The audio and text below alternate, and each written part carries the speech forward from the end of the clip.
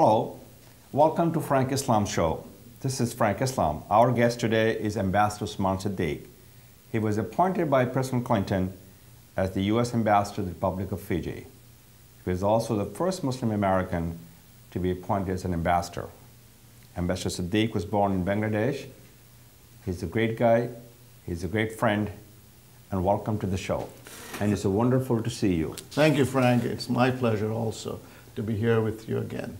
Again, Mr. Ambassador, you are a constant source of inspiration for all South Asian Americans in this country. Tell us your experience as a U.S. diplomat.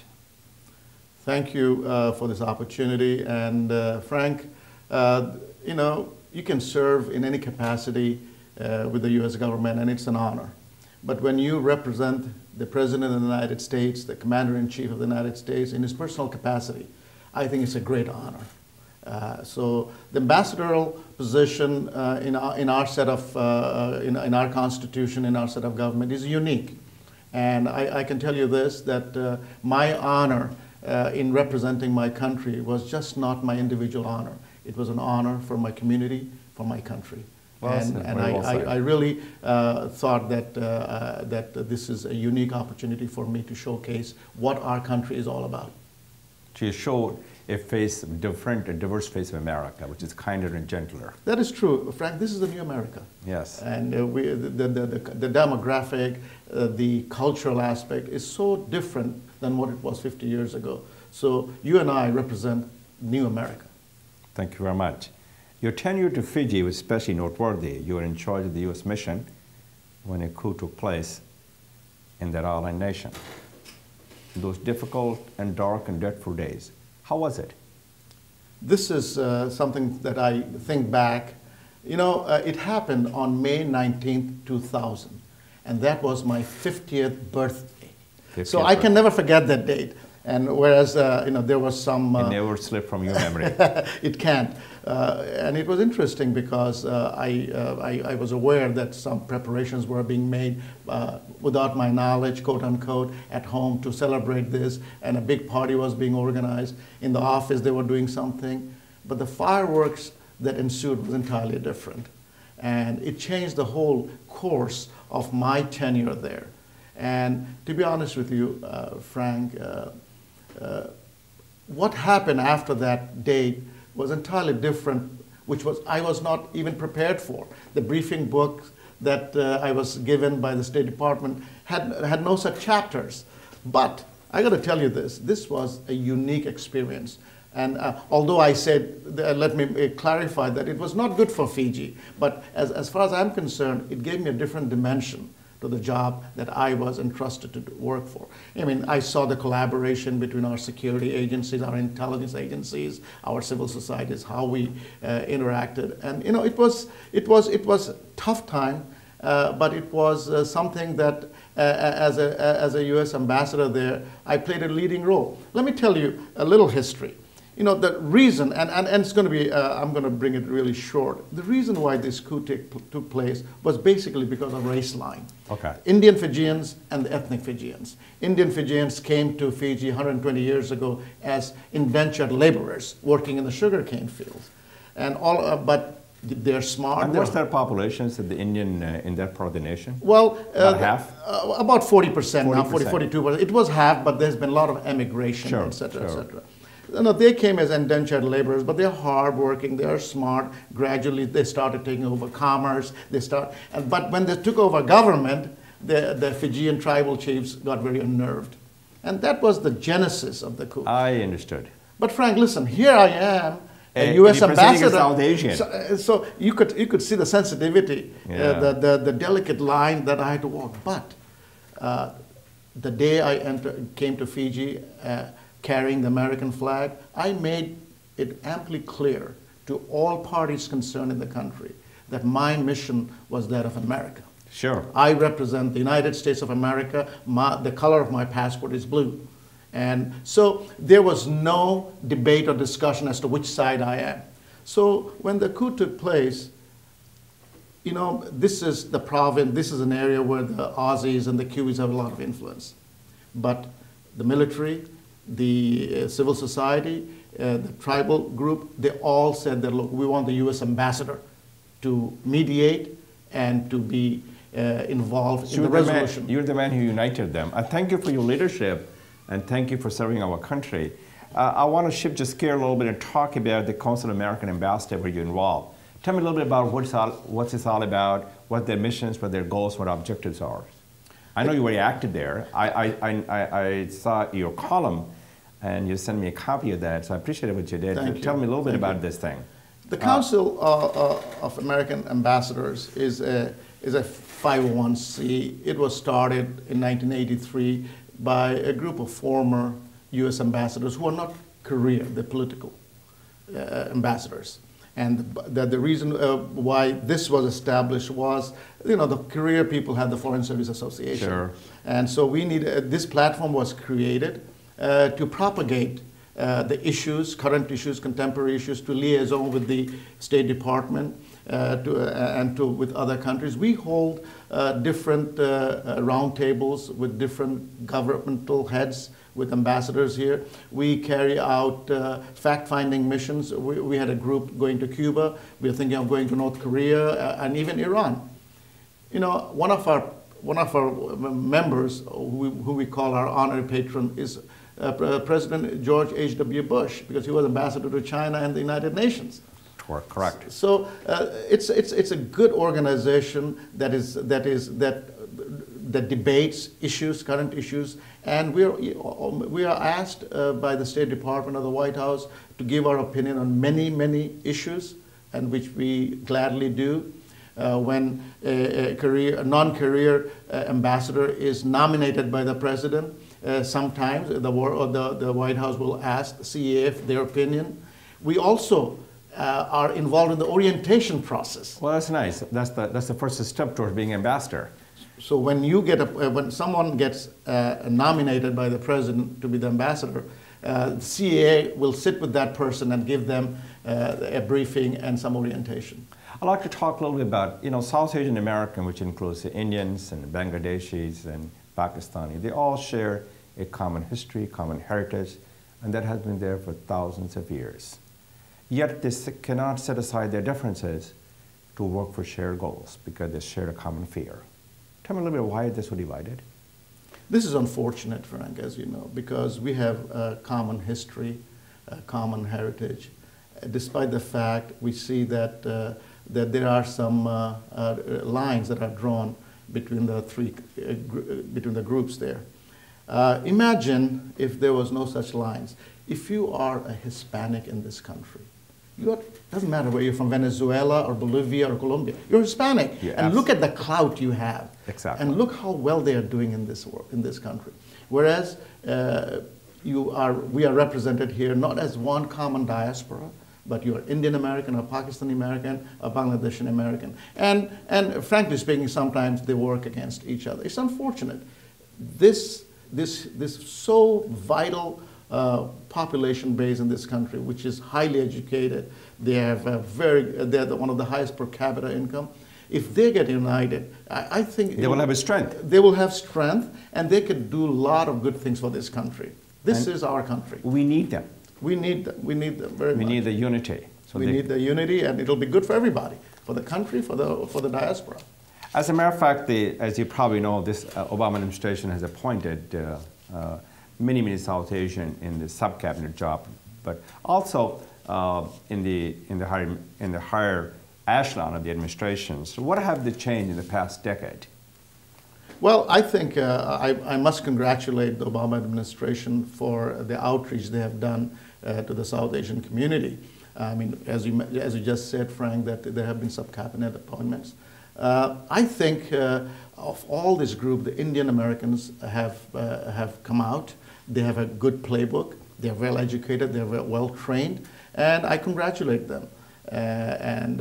Unfortunately, the Pakistani Americans, the Bangladeshi Americans have not stepped up. Have not done as well as the Indian Americans and have they done. should. They have the capability. Right. Yes. They have the content. You're right. To serve this administration and future administrations. And I hope things will change. We have a lot to learn. Yes. And we have seen previous immigrant stories, whether you're Italian American or Jewish American or Polish American, and see how they have progressed. And there is a lot to learn, and I hope we need to learn and listen from each other. Absolutely. We'll be right back. We'll take a break.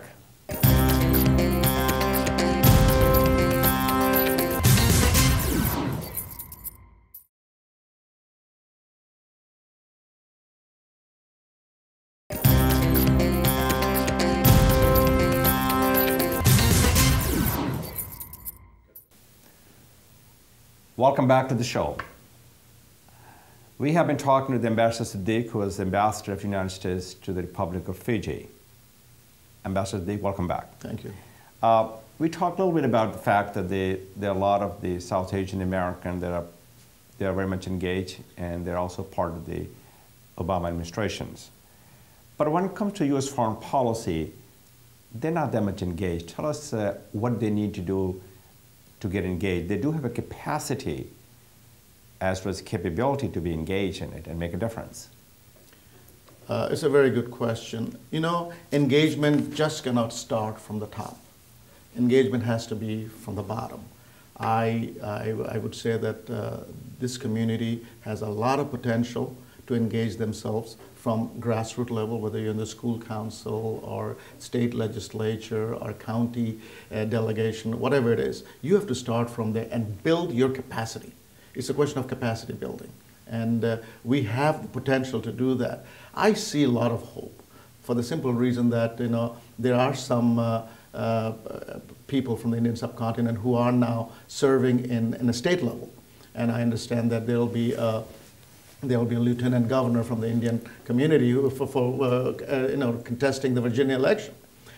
Correct. But your question is that why are we not in policy making, if I'm correct? Is that what I meant? Yes, especially in foreign policy. And especially when it relates to South Asia. Exactly.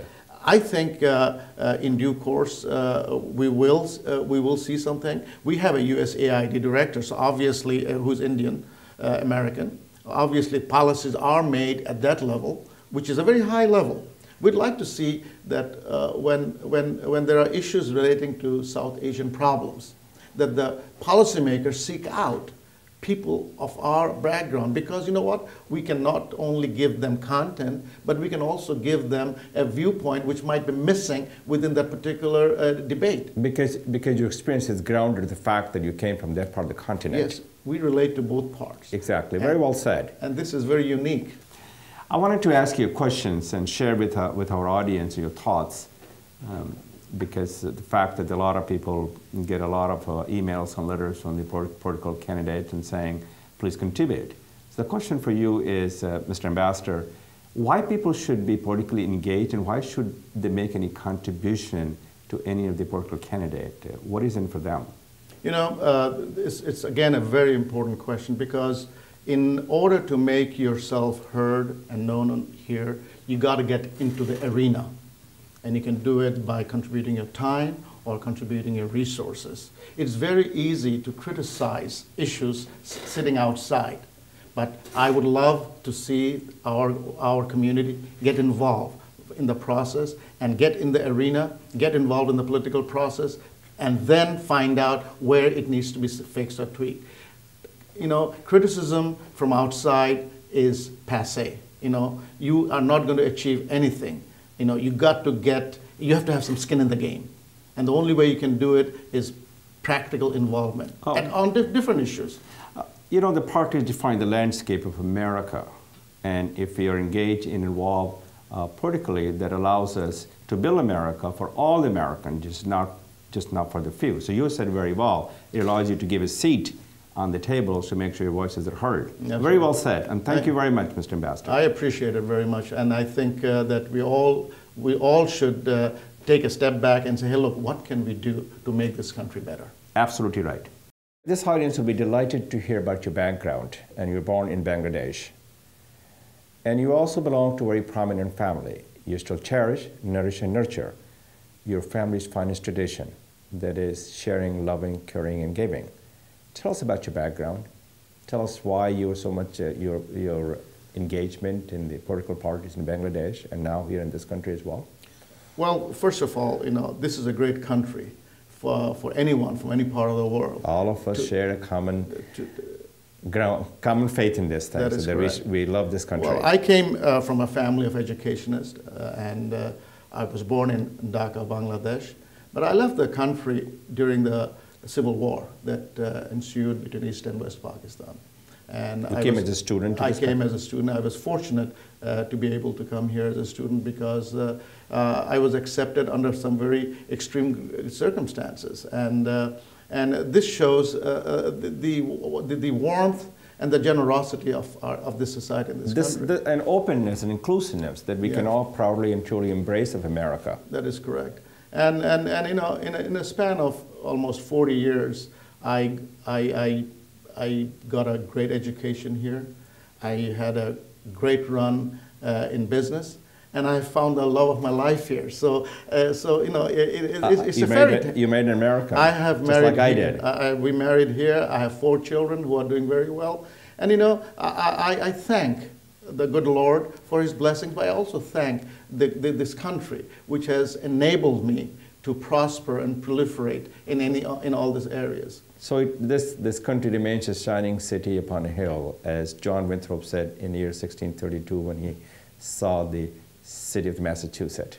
Well, that is absolutely true. And sometimes it's very fashionable these days to kick this country around. But I tell you, this is the last frontier. If you cannot make it here, you cannot make it anywhere. Very well said, Mr. Ambassador. We talked a little bit about your background. We talked about some of the issues that this country faces and the challenges that South Asian American faces.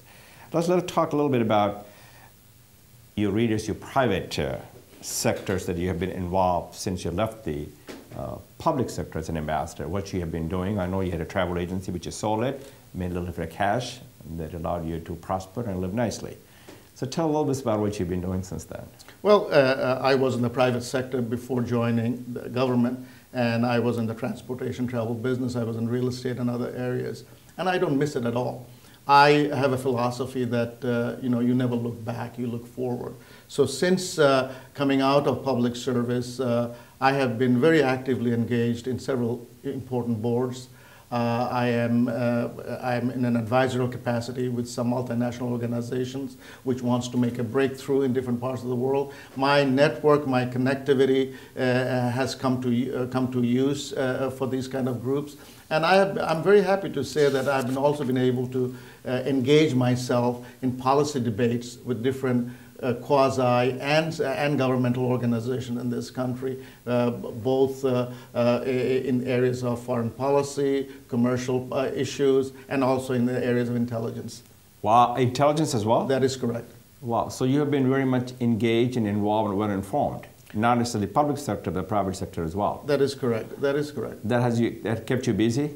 It keeps me very busy, and for the first time in my life, I think I can control my schedule a little bit. It doesn't happen all the time because my travel is quite extensive, both domestically and internationally.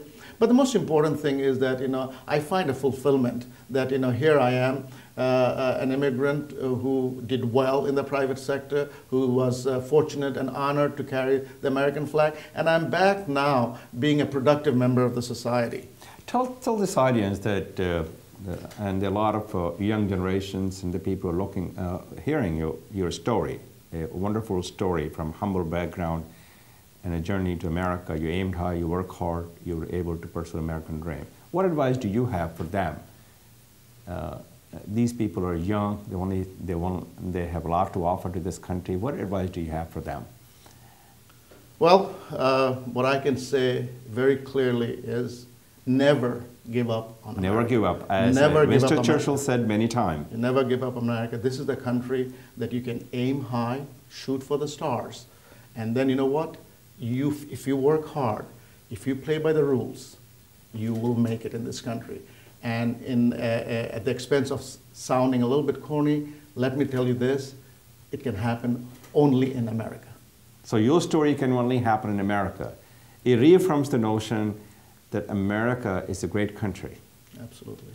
And anything can happen in America. That is true. Where impossible can be made possible, unacceptable can be made acceptable. That is absolutely true. Well, thank you very much for coming to our show, Ambassador Siddique. It was wonderful to see you. and you will continue your journey so the people in the audience could be inspired by your story. And thank you. Thank you, Frank. It's a pleasure to be here, and I will always cherish our relationship. Thank you very much. This is Frank Islam wishing you a great week.